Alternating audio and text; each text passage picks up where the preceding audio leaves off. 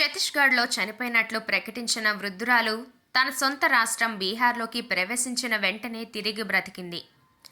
ఆ మహిళ బెగుసరాయ్లోని నీమా చంద్పుర గ్రామానికి చెందిన రావంతి దేవిగా గుర్తించారు. ఆమె తన ఇద్దరు కుమారులు మురారి షావో, ఘనశ్యామ్ షావోలతో కలిసి ఛత్తీస్గఢ్కు వెళ్ళింది. ఫిబ్రవరి 11వ తేదీన మహిళ శ్వాస తీసుకోవడంలో ఇబ్బందిగా ఉందని చెప్పింది. విషయం తెలుసుకున్న కుటుంబ సభ్యులు ఆమెను ఛత్తీస్గఢ్లోని కోర్వా జిల్లాలోని ఒక ప్రైవేట్ ఆసుపత్రిలో చేర్పించారు. అయితే చికిత్స పొందుతూ ఆమె మృతి చెందినట్లు అక్కడి వైద్యులు ధృవీకరించారు. మరణించిన మృతదేహాన్ని ఆమె కుమారులు స్వగ్రామానికి తీసుకువెళ్లేందుకు వాహనాన్ని సిద్ధం చేశారు. తమ సొంత ఊరిలో దహనం చేయాలని నిర్ణయించుకున్నారు. ఫిబ్రవరి 12వ తేదీన ఒక ప్రైవేట్ వాహనంలో మృతదేహాన్ని బెగుసరాయ్కు తీసుకువస్తున్నారు.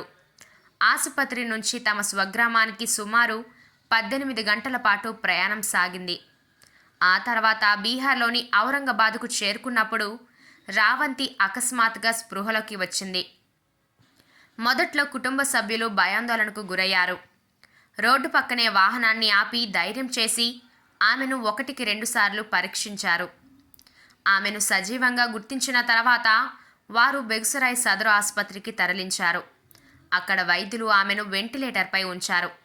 ఆమెను రోడ్డు మార్గంలో తీసుకువస్తుండగా వాహనం కుదుపులకు లోనై కార్డియోపల్మనరీ రిససిటేషన్గా పనిచేసి స్పృహలోకి వచ్చినట్లు వైద్యులు తెలిపారు. ప్రస్తుతం ఆమె ఐసీయూలో చికిత్స తీసుకుంటున్నారు. ఆమె పరిస్థితి ప్రస్తుతం నిలకడగా ఉందని తెలిపారు వైద్యులు. సిపిఆర్ అనేది ప్రాణాలను రక్షించే ఒక టెక్నిక్ అని తెలిపారు. ఇది ఒక వ్యక్తి శ్వాస లేదా హృదయ స్పందన ఆగిపోయిన వెంటనే అత్యవసర పరిస్థితుల్లో తిరిగి ప్రాణాలు కాపాడటానికి ఉపయోగపడుతుందని తెలిపారు.